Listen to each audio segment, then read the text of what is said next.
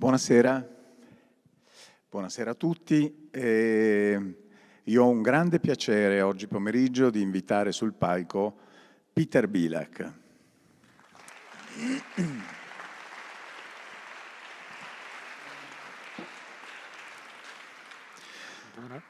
Buonasera. Farò una breve introduzione in italiano, poi passeremo all'inglese. Quindi per chi di voi avrà necessità o opportunità di usare le cuffie può farlo procurandosele all'ingresso. Allora, perché dico è un grande piacere? È un grande piacere avere Peter perché con la sua partecipazione abbiamo ampliato il campo di indagine di SID, di questo festival che oramai da qualche anno tenta di indagare la possibilità che il design, il progetto ha di produrre cambiamenti. E farlo guardando al tema dei grandi mutamenti che abbiamo davanti, voglio dire, Lucio Caracciolo ce ne ha parlato poco fa, prendendosi la responsabilità di lanciare delle sfide e quindi farlo parlando di architettura, urbanismo, pianeta, geopolitica, ha un'immediata referenza con l'obiettivo che SID si propone, ma all'interno di questo tema c'è un campo del progetto che, essendo io qui come presidente nazionale AIAP e docente di design della comunicazione visiva e quindi rappresentando nello specifico questo ambito del progetto, proprio il design della comunicazione specifica assolve, ed è quello di far compiere al design un'azione di mediazione, cioè di rendere accessibili contenuti o la possibilità per i cittadini di agire che altrimenti non avremmo. E quindi quando ho pensato a Peter, pensando a questo ampliamento del campo di indagine di SID, l'obiettivo è stato proprio pensare a un ambito specifico del design della comunicazione che è il type design, quindi il disegno tipografico dei caratteri, il sistema di notazione con cui noi riusciamo a leggere le informazioni e a decidere come agire nel mondo, pensato nella sua funzione più inclusiva. Peter Bil'Ak è un type designer che lavora da molti anni in questo campo, lavora a Den Haag, quindi in Olanda. Ha una caratteristica fondamentale che da sempre si è applicato al type design, che è uno dei campi del progetto grafico forse anche più trendy, per così dire. Oggi va molto di moda disegnare caratteri, ma Peter l'ha sempre fatto invece con una grande attenzione alla ricerca e alla dimensione inclusiva di questo campo del progetto. È stato fondatore di Typotech, che è questo studio collettivo Type Foundry che si occupa di disegnare caratteri, svolge anche progetti nel campo dell'identità, insomma, e lo fa da molti anni. È stato fondatore di una rivista emblematica nel campo dell'autoproduzione editoriale che è stata Una dei grandi casi editoriali di cui nel mondo dell'autoproduzione editoriale si è parlato. È stato promotore di un progetto che è Works That Work, che ha cominciato proprio a mettere il focus su come il design si debba occupare di questioni centrali per le necessità inclusive, accessibili della popolazione, e da anni svolge un'attività di ricerca sul rendere visibili tutti quei linguaggi e quelle lingue nel mondo che in realtà sono sottostimate nel modo in cui la tecnologia, prima si parlava di tecnologia, invece rendono possibili la possibilità per le persone di comunicare. Insomma, prima Peter mi diceva nel tuo cellulare i linguaggi possibili attivabili sono 21, nel mondo le lingue che si parlano sono più di 7.000. No? Quindi pensate quante sono le persone che oggi non hanno la possibilità di digitare un messaggio a qualcuno nella propria lingua. Ok, Peter, then we shift to English. I give the crowd a short introduction of your work or who you are. And I say that I thought about your invitation as an opening phase for the festival, talking about how communication design can be an inclusion tool for allowing people to access more their rights in doing things in their world. Well, this is correct. This is what we do. This is what we've been doing with other design disciplines. You know, you mentioned publishing, and this is what we try to do now, directly working with digital infrastructure that supports type design and eventually also type design work. We know, all of us that knows your work, that you are a researcher, perhaps more than a designer or just a designer. So doing research on doing type design means make visible more than just the language that we know. And translating many languages that are just spoken into typographic glyphs means something. Yeah, I think I'll be talking about this in a presentation that ultimately, I think many of us, if you work in design or if you work in engineering or if you're working in architecture, at the end you care about positive change. You're trying to make sure that when you get involved in a project, you leave the project and the planet and the people around in a better state than before. This is what we've been doing. We try to identify, the saturated areas where most of the work have been done, and the less saturated areas where there's a lot of work to be done, and there's less willingness to do it because it's often areas where people consider to be non-markets.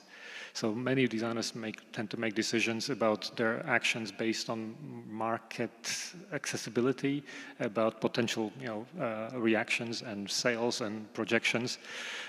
We try to think of a wider responsibility that of course we need to think in terms of we are a private company, like how to make it happen, and I'll talk about it as well, how to finance projects. But ultimately I care about the impact of work, and often in areas which are underrepresented and unexplored, the possibility of making a positive change is much greater than in areas which have been completely dominated and there's too much work already going on. So we often seek actively areas where there's very little work already done. Okay. I think there are many students here that aim to look at your presentation. Then we will have time at the end for discussing a little bit of what means inclusion or giving right to the people through design and type design. All right, thanks. I'll tend to walk when I talk. So I'll start with this image because I'll be talking in plural, not because there's more people involved in every project. This is our studio. We have this, as Marco mentioned, we have a design office in The Hague, in the Netherlands, where we work and research languages. And we then think of a form, what kind of form we give to typefaces and to languages which are out there. So our basic matter is this. There's 8 billion people on this planet, and there's about 7,000 languages on this planet as well, right now. And this number tends to change over time. So projection is that by the end of this century, there'll be 11 billion people living on the planet. And we expect that, if this will work, yes. And we expect the prognosis right now is that only half of the languages which are known today will survive. And this is quite troubling. So while the number of people growing, the number of languages is disappearing. And this space means that every 2 weeks, one language disappears. There are multiple causes for why this is happening, and I'll address some of them. But what it means is that the world is becoming less diverse, less rich, and and more uniform. With the loss of language, people lose identity, how they identify themselves, how they express themselves, you can make a visual and you can make metaphors about loss of languages to loss of biodiversity. Both of them take millennia to develop, and you can lose them in a very short period of time. And often it's an irreversible trend. Once there's a loss, it's really difficult to revert it. Of the 7,000 languages which I mentioned, about 100 of them are supported really well by current technology. And 98% of them, they are categorized as digitally disadvantaged, meaning there's some element along in a technology which prevents us to use it. For example, your phone will not be able to support it. You cannot text in one of the languages which I'll be mentioning to someone else, or you cannot publish in them, or there's no speech recognition, or there is no keyboard layout, or there are no fonts. One of these elements which is not there. If any one of element is missing, you cannot fully use this language, and often that language is very vulnerable and on a state of decline. I need to know where to click. If you look at the, we are type designers, and if you look at the biggest website out there, which is called myfonts.com, they offer around 300,000 fonts. 99% of them will be for Latin, for nothing else. If you will try to look for languages which I'll be mentioning, there'll be 0 exactly fonts for example, Santali language, which I'll be talking about, or Mayak language, which is which we're doing research about. There's basically nothing, because these designers will consider it to be not interesting in terms of market. They try to kind of identify where there's most potential to earn money, and this is not exactly a very profitable area. If you look at the biggest company in the world, Apple, what is currently supported, you are lucky. Italian is one of the supported languages of macOS and iOS, so that's fantastic news. But many other languages are not as lucky. So there's 33 languages which are supported in written form. 20 of them are supported also by speech, so you can speak to Siri. Or if you use Google, 8 languages you can speak with Alexa. 8. There are 7,000 languages in the world. What it means is that if you, again, less lucky, you have to switch a language to speak to your device. So technology doesn't adapt to you. You have to adapt to technology in order to make the best use of it. And many young people do that, again, irreversibly. They switch to another language because they feel their own language is inadequate. It's not good enough for these companies, and that's why should they continue using it? And it has nothing to do with numbers. Italian is a fairly big language, but there are languages which are much bigger than this. Bengali language, Bangla, is spoken by 5 times as many speakers. It is not supported by any of these devices in any form. So it is not a numbers game, and this is a sample of our website. We work and develop fonts for these languages, and so far we've been working with about 36 different writing scripts, which cover about 99% of the written languages of the world. So there's still plenty of work to be done. There are more writing scripts of the world that we still need to research and understand. And often when we present this, big global companies, they're looking forward and thinking like, this is fantastic, we can use it. And we often tell them that this is actually quite complicated. It is very difficult to make one font that would support all the languages which big companies would want. Why?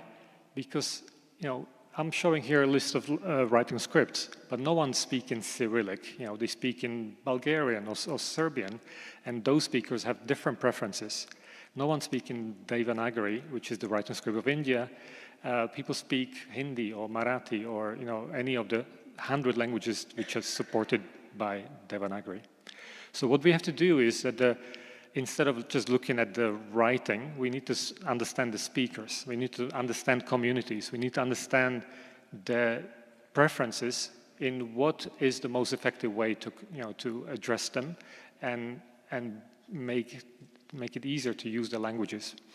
This is a map of India, and it shows you, again, the largest writing script of India called Devanagari, which covers 3 big linguistic areas.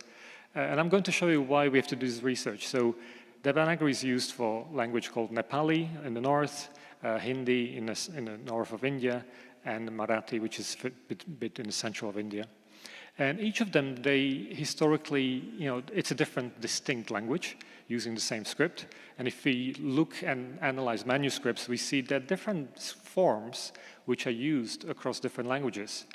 So for example, it's probably hard to recognize, but if you look, for example, at the digit 1, you can find wildly diverse forms which are used in North or South, or if you look at the digit 5 or 8, they're completely different and sometimes unrecognizable. It is one writing script, but it's used in different ways. And there's no research about what the differences mean to different people. There's no literature, there's no website, there's no encyclopedia that would address these questions. So for us as a publisher of fonts, in order to do our work properly, we need to do our homework, we need to do our research. What it means is to travel, to organize field trips, to speak to people, to understand what they would really like to see, how to represent their language in the most authentic way possible.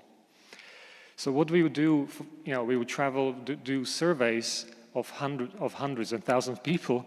Well, in this case, it was close to 500 people in different areas of where Devanagari scripts is being used to document, these preferences, to document, the metadata about every speaker, age, education, mother tongue, languages spoken, and understand how the preferences and recognition are affected. And then we could organize and understand, these and put it on map of, that if you're dealing with certain linguistic community in the north of India, we should use a different form of a numeral 8, for example, as opposed to, dealing with the southern Indian states. We could see how the early form of education affects those preferences. We could see, basically, by doing this research and collecting metadata, we could, have a very well-informed preferences about what is being preferred by which first language speakers, by what age, and with which background. This set of data we document and publish eventually. Well, this, for example, shows you overall recognition, different forms.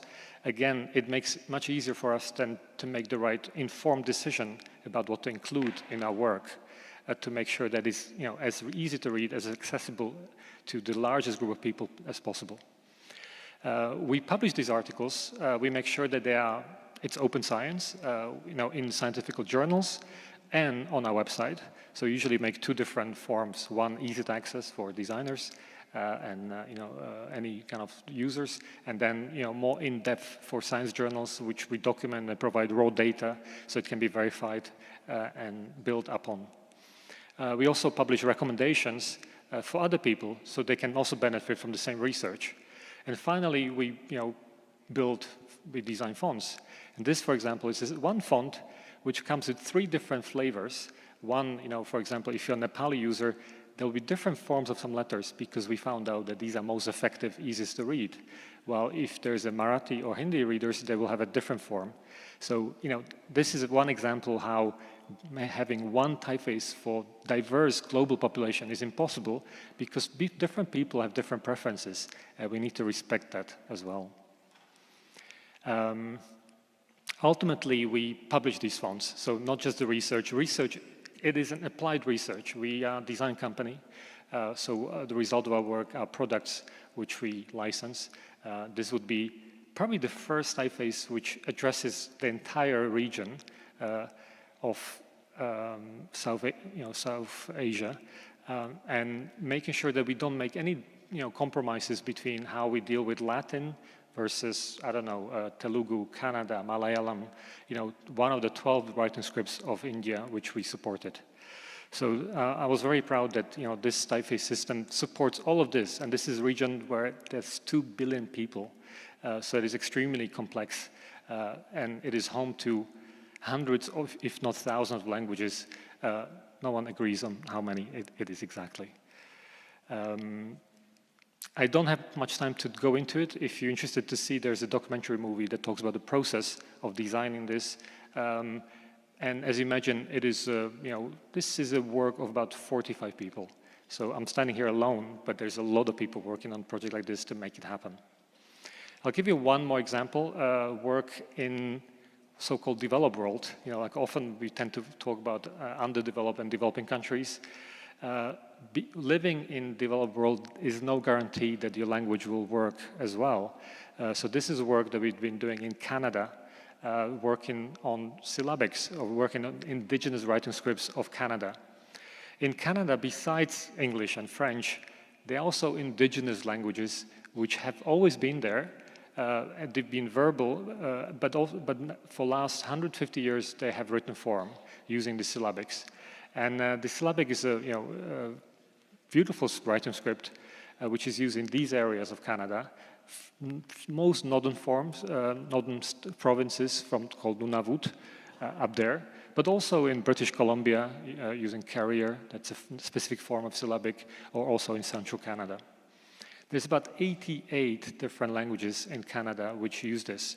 And again, if you were going to design a font for one of these languages, you would not know what to include. If you work in for Latin, you know, to support Italian, you know exactly the character set. You know, like if you fill these spots, it is guaranteed that it will work for your language. If you're going to work on the syllabic scripts, you don't know where to start because there's no definitions, there's no starting point, there's no ready-made software that provide you templates. There are some recommendations developed in the 1980s where most of standardization of languages have happened. Unicode is the official standard for support of all writing scripts of the world. But there are mistakes. You know, this research has been not made as rigorously as it was for other languages. And we noticed that there are some missing characters. So when we work with communities in the north, in, for example, this language called Natalingmutut, there would be missing characters. Not because they're missing, you know, people know how to write them, people have the specific forms, they're missing in technology, not in their way of writing. For example, this lady was showing us exactly what is missing and what needs to be improved. This lady is called Bil'Ak. She's one of the language keepers of the community and promoters of the language. What we do is, when we identify the situations, we explain that there are ways to change it. At the end, technology companies are interested to make a change, except they don't know how to do it. So we work with linguistic communities to implement these changes, create documentations, prepare the forms and solutions, and together with the communities, and this is, like people that have been helping us and they've been tremendously helpful in the process, we were able to expand the current standards of Unicode to make sure that it covers equally well all languages, small or large, that use the syllabic script. And only then we can design the fonts. So I wish we could do the work right away, but it is not as simple. So we need to start with the research in order to end up with with what we're good in, designing typefaces. And we could do things, fairly innovative things, creating first cursive, the italic forms. People are very excited about having ability to express different hierarchies of text, creating different graphic variants, and making sure that we validate it with all the users. So again, part of the work is the engagement and long-term trust-based process working with these communities, where we develop often, in-between solutions. This is before implementing the new standard. We have to simulate it to explain how it's going to work, propose the new keyboard layouts, and only then, we can finally do the work. Again, there's another documentary movie, which I don't have time to show, but it's interesting, talks about process of developing, standardizing, and collaboration with these communities in Canada. Marco mentioned interest in accessibility. What you've seen in the first part is accessibility in terms of engaging with different writing scripts of the world, and we continue doing this. We also, don't think that enough have been made to make even our own language, even Latin script, as accessible as possible. So often we work with not just the digitally disadvantaged languages, but also people with disabilities who are not able to use technology as it is. And one example, which I'm going to give you, is working with a hospital in Paris, where we worked on a signage for visually impaired people. And the process, how that's that the signage, in order to make the right decisions, again, it starts with research. This hospital, and we are grateful to have full access to patients of the hospital. So it was supported by all the medics of the hospital. We could see that there are basically 4 different groups of people visiting.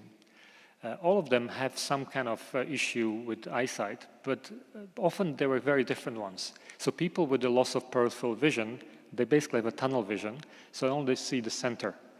Then there are people who see exactly the opposite. They don't see the center vision. They only see, they have a central loss vision. They only see peripherally. Then some people with blurry vision caused by various symptoms. And of course, we're making sure that we don't ignore the control group, which is the healthy patients.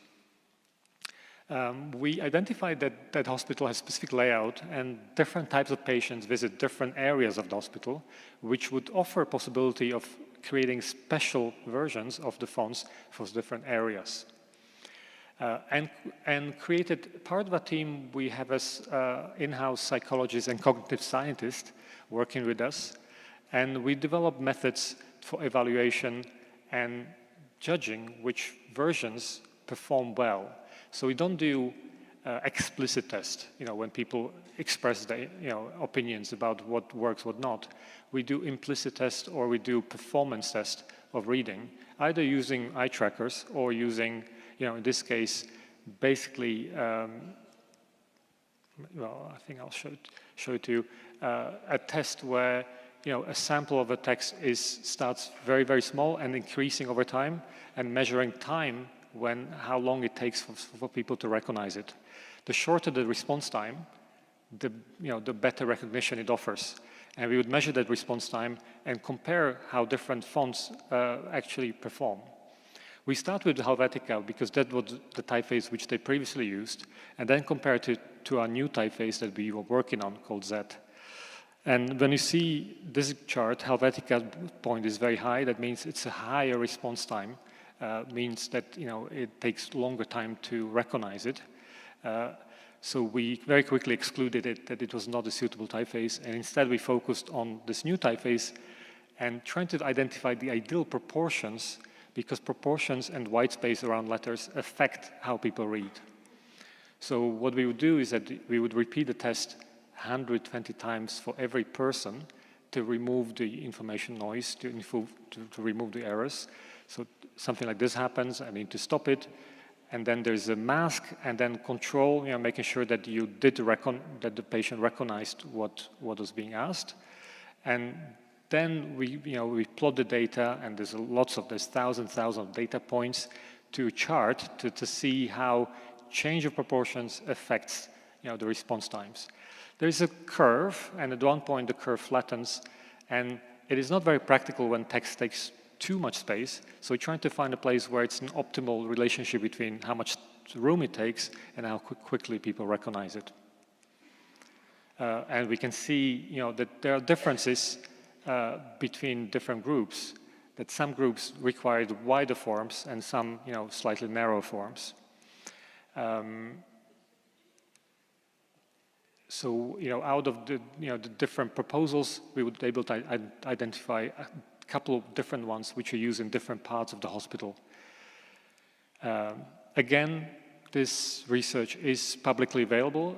It has been published in journals, but also on our website, if you're interested in knowing more about it. So typotech.com/articles presents most of our research which has been made. And this year is being implemented, so patients can directly benefit from this. There's been separate research about the use of colors, about placement. A lot of patients comes on wheelchairs, so it is positioned in a very different height than normal hospitals. And the typeface which we developed becomes the product which we sell. So we do the research in order to create something that we can also offer to others. So that is the result of a typeface that we publish. And there is a small movie with sound, but without sound, that presents the idea. And what you see here, maybe I'll present it later, are plans, which makes the same with languages.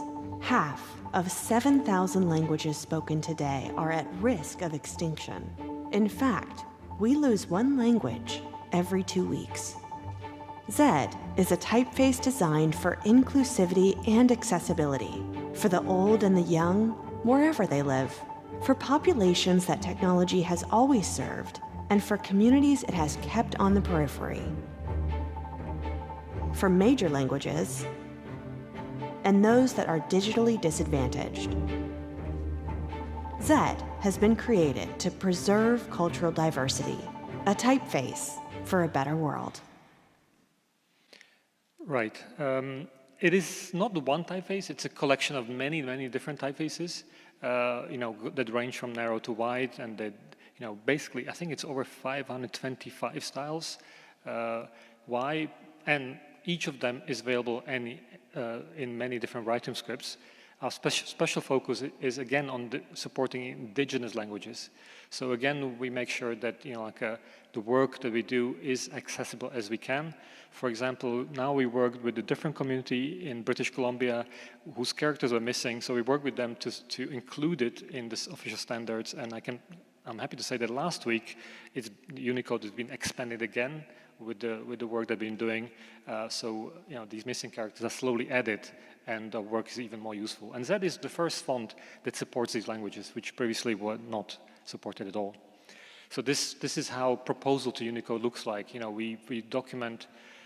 We need to provide documentation from different tribal communities about the purpose and the reason for doing this. We need to get the backing of all the language keepers to explain, and do the attestation that about validity of this work, and it is endless work. That there's a lot of languages, and we continue kind of finding out about what still needs to be improved. One special thing that we've been doing for last couple of years is, and especially now with the use of AI, there's a lot of concern about using data. We receive lots of data from these linguistic communities. For example, providing the cultural heritage, providing all their knowledge, in written form, and we make agreements about how we're going to use the data. It's not going to be used, for example, in ways which they don't agree with. So we made these agreements to make sure that we use it, for example, to measure frequency of letters for developing keyboards, but we're not going to sell the data to any other companies which could use it for, for other purposes, which would be anti-ethical for them. Again, this is work of many people, not just our internal team, but also a lot of external parties around the world. So this is how our mornings look like. For example, this is work with Indian designers. So, and because of time differences, we work in the morning. In the afternoon, we work with American designers. And I'm happy to say that the same typeface that works in these writing scripts, supporting the same number of writing styles, which is unprecedented, and still more work to be done. There are situations when language it's insufficient, so we're also making sure that we design the icons. I'll show you a little bit. And also, we're not looking necessarily for universal solutions. We understand that people are different and they respond differently to different situations. So, instead of having one solution for all, there's basically this typeface is customizable. You can create your own versions depending on the lighting conditions, depending how skillful reader you are. So basically, any of these parameters can be transformed and adjusted to individual users. And same thing we do with icons. So these icons are also modifiable. So depending on expected size, you can have optical versions for small size, big size. You can adjust the weight of these icons depending on, again, lighting conditions or your design style. Or you can choose to be round or square. So there's again, it's not just universal icon. It's a basic design system that can be adapted to any situation which there is. Right now, they're preparing an exhibition in London about accessibility design. They're going to use this, and I'm very happy that it's exactly the right use case for this kind of work. These plans, which I'm showing, they were designed by an artist in Switzerland called Andrea Philippus, and he designed these plans. These are plants which are extinct. There's a surprising link between biodiversity and linguistic diversity. When areas become decimated and nature dies, often people need to leave. So there's a, where we lose plants, we often lose languages. So we try to recreate these plants, which haven't been seen in decades, to make languages visible through these images of plants. So this was how we are presenting them. Some of them are spectacular, like this one, which grows in Hawaii, hasn't been seen for 20 years, and based on drawings, we are recreating them, and hoping that this work can. Oh, I'll address this. Every time I talk to my friends about this work, they often have an idea like, how do we, how can we afford doing this? And they expect that we're probably getting some money from Canadian government or Indian governments. Unfortunately, that's not true. I wish it was. All of our work is self-funded, and we have to be creative in how we do it. So basically, most of the work we do by selling fonts. So if you buy even Latin fonts, you're supporting the work on these small languages. But also what we do is that we try to kind of create new methods that would allow us to do long-term development on these. So we started something called Typotech Club, which is our own way how we can crowdfund a development of some languages which would otherwise be ignored. We created our own crowdfunding for Cherokee language, working with Cherokee nations in Oklahoma. I was pleased that it was successful. We were able to raise enough money to create a project where we document and develop new fonts, and there'll be publications about it. We'll be doing 2 more projects, and again, we use the same method that we try to be as creative with type design work as we do with the invisible work, for example, how to raise funds to do it. So we're not just relying on commercial clients, but we work with communities. So again, using any of our fonts will make a difference. And finally, I'll end with this image. This is an image of languages which are expected to disappear by the end of the century. These are the vulnerable languages which are on the brink of extinction. And we're trying to make sure that there are not as many as there are now, and that our work can make a small difference to make the world better. Thank you.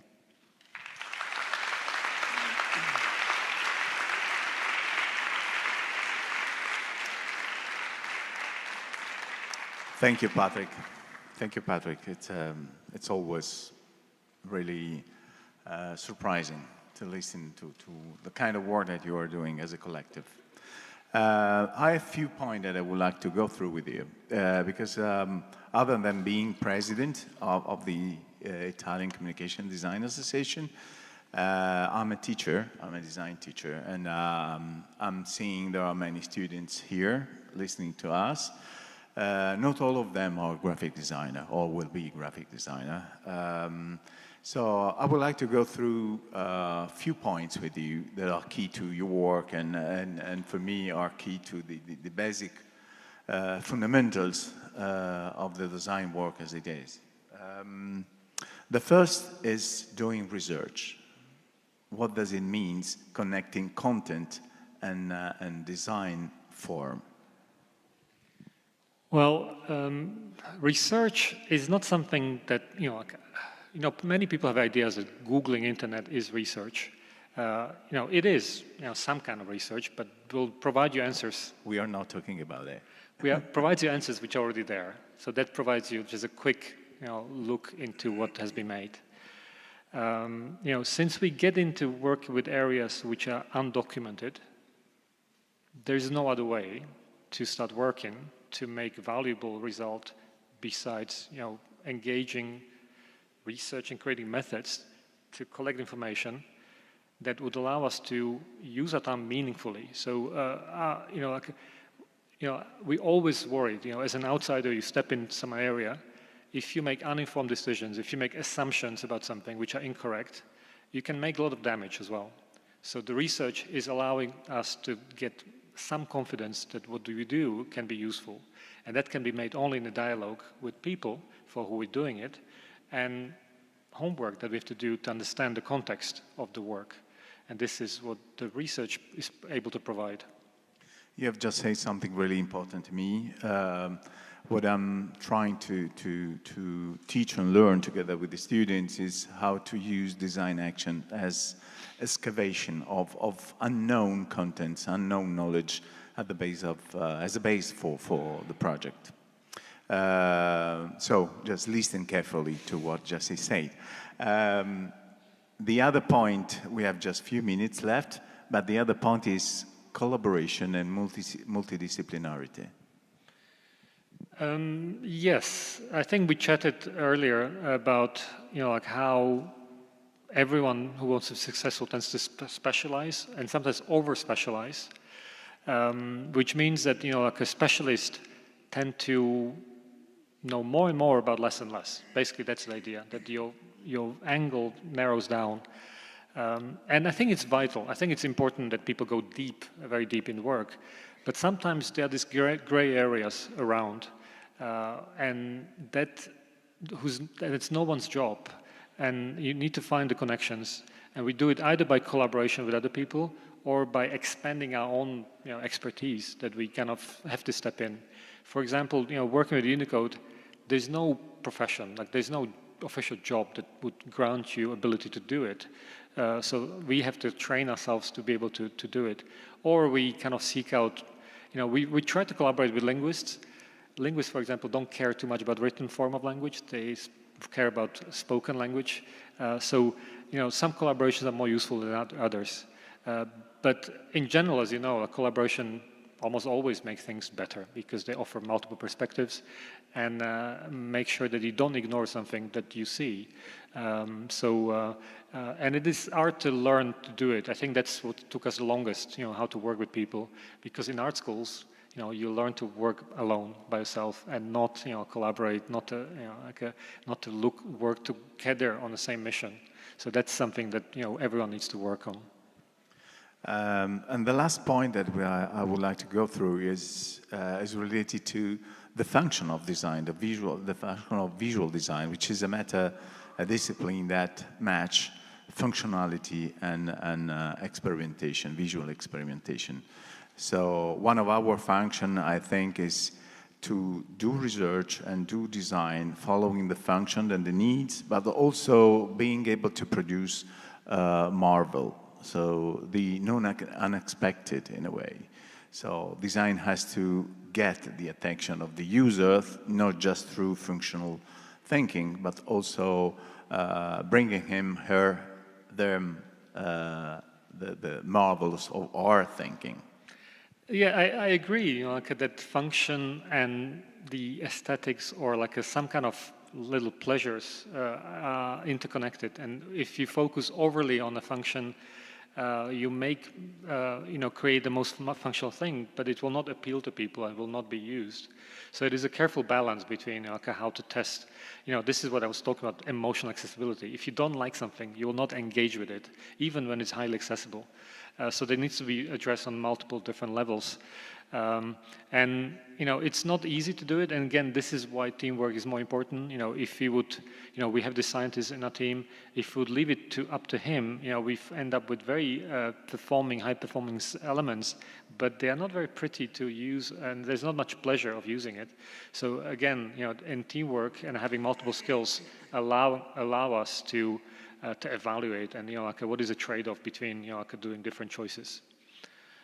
And again, that's something we continue learning, and we notice that having delightful surprises is always the added bonus. That if you can do something, not just improving something, but also looking that you wish to spend more time in such environment, it is for the best. Thank you, Peter. Thank you, Peter, for everything. I would like just to give an advice for the people who are attending this speech, this lecture. Take advantage of having Peter here, so I think he would be happy to answer questions getting around. So in Perugia, we didn't have such a type designer, and I think that we found out that design is not just a creative work. So I have students that come up to me asking for a applying for courses. I want to do something creative and have to fight this idea, because design work is totally different. Design work is aiming to bring real changes to the world where we live. So thank you, Peter, for being with us and being part of this festival this year. Grazie. Grazie, it's a pleasure. Thank you.